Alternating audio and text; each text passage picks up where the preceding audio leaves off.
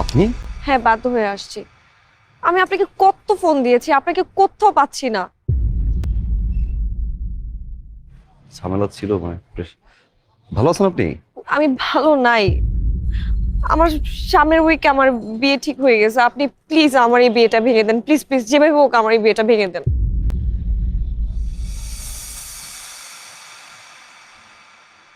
এখন আর পাগলামি করার বয়স আছে? আপনি দেখতে যতটা ইয়ার না লাগেন, আপনার কিন্তু বয়স হয়েছে। বিয়েটা করে ফেলেন। হ্যাঁ, আমি বিয়ে করব, কিন্তু সেটা আপনাকে। আমি আপনাকে ভালোবাসি। আমি সেটা বলতে পারিনি কখনো, কিন্তু আমার মনে হয়েছে এখন এটা বলা উচিত। আমি আপনাকে ছাড়া অন্য কোথাও বিয়ে করতে পারবো না। আপনি যেভাবে হোক এই বিয়েটা ভেঙে দেন না, প্লিজ। আপনি যে হোক এই বিয়েটা ভাঙেন। সম্ভব না। সম্ভব না মানে? আমি জানি আপনি আমাকে ভালোবাসেন। ভালোবাসা হচ্ছে এক ধরনের ফ্যান্টাসি, আর এই ফ্যান্টাসি মাঝে মাঝে রিয়েলিটির কাছে হেরে যায়। আমার রিয়েলিটি হচ্ছে আমার মা, আমার বাবা, আমাদের সংসার।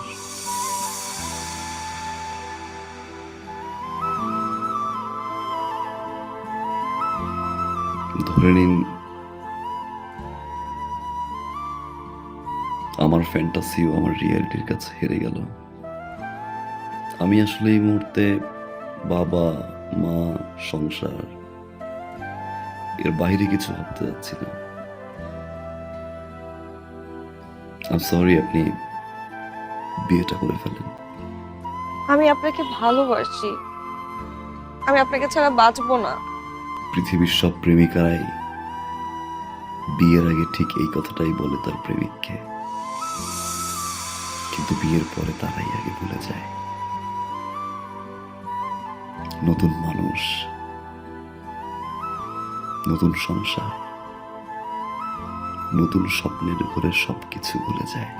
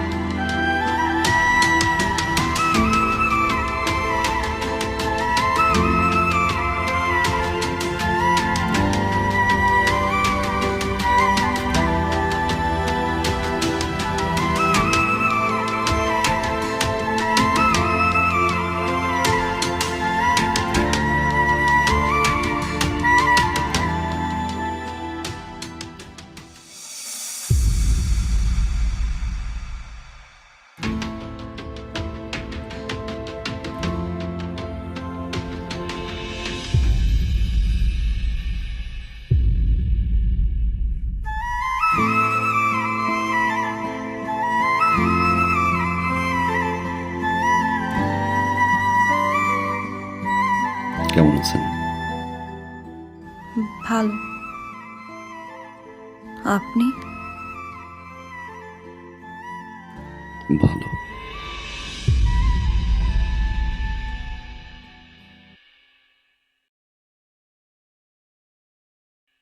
এটা রাখো ভাইয়া। এটা কি? 1.5 লাখ টাকা। 1.5 লাখ টাকা? কেন? ওই যে তোমাকে না বলে নিয়েছিলাম। এটা লাগবে না। ছোট ভাইকে তো 1.5 লাখ টাকা দিয়ে একটা মোটরসাইকেল দিতেই পারি। রাখ, তুই এটা লাগবে। রাখ রাখ রাখ।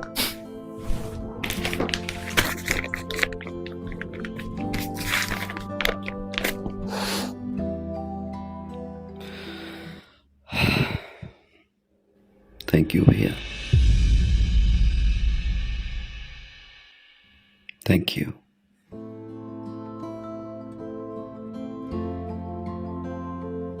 তোমার কাছে এটা 1.5 লাখ টাকা হতে পারে, আমার কাছে অনেক কিছু। তোমার এই 1.5 লাখ টাকা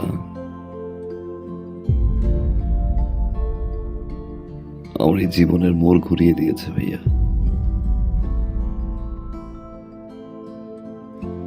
অনেক কিছু শিখেছি, অনেক কিছু দেখেছি, অনেক কিছু পেয়েছি ভাইয়া, আবার অনেক কিছু হারিয়েছি।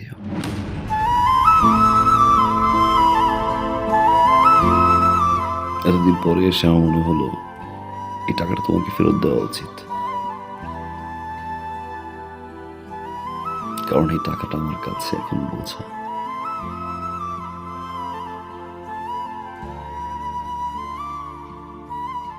রাখো ভাইয়া, বাবা মায়ের জন্য দোয়া করবা।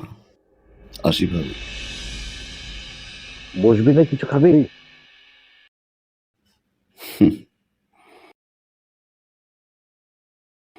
যে বাসা এখন পর্যন্ত আমার বাবা মাই খেতে পারেনি, সে বাসা আমি খেয়ে কি করবো ভাইয়া? ভালো থাকো।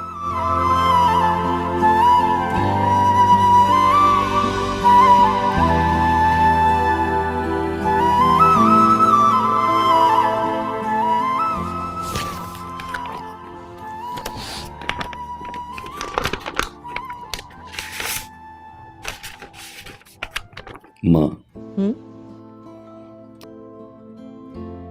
আগামী 15 তারিখে আমাদের ফ্লাইট। আলহামদুলিল্লাহ আমরা হজে যাচ্ছি। আলহামদুলিল্লাহ। কিন্তু বাবা, একটা দেনা ছিল তো। দিয়ে আসছি, যার টাকা তার হাতে পৌঁছে দিয়ে আসছি। খুব ভালো করেছিস বাবা। হজ থেকে এসে ইনশাল্লাহ বাবাকে নিয়ে সিঙ্গাপুর যাব। হার্টের ট্রিটমেন্ট ওইখান থেকে করাই নিয়ে আসবো। কিন্তু বাবা, আমরা এই যে সবাই মিলে আমরা হজ করতে যাইতেছি, কতগুলো টাকা খরচ হইতেছে, তারপর তুই দেনাটাও শোধ করলি। মানে দেশের মধ্যে একটা ভালো ডাক্তার দেখাইলে ভালো হতো না? সিঙ্গাপুরে যাওয়ার দরকার কি? দেশের ডাক্তারে তো রেফার করলো মা, এত কিছু ভাবতে হবে না। আমি যতদিন আছি তোমাদের সেবা করে যাব। সারা জীবন তো জ্বালাই গেছি, এবার একটু সেবা করার সুযোগ দাও।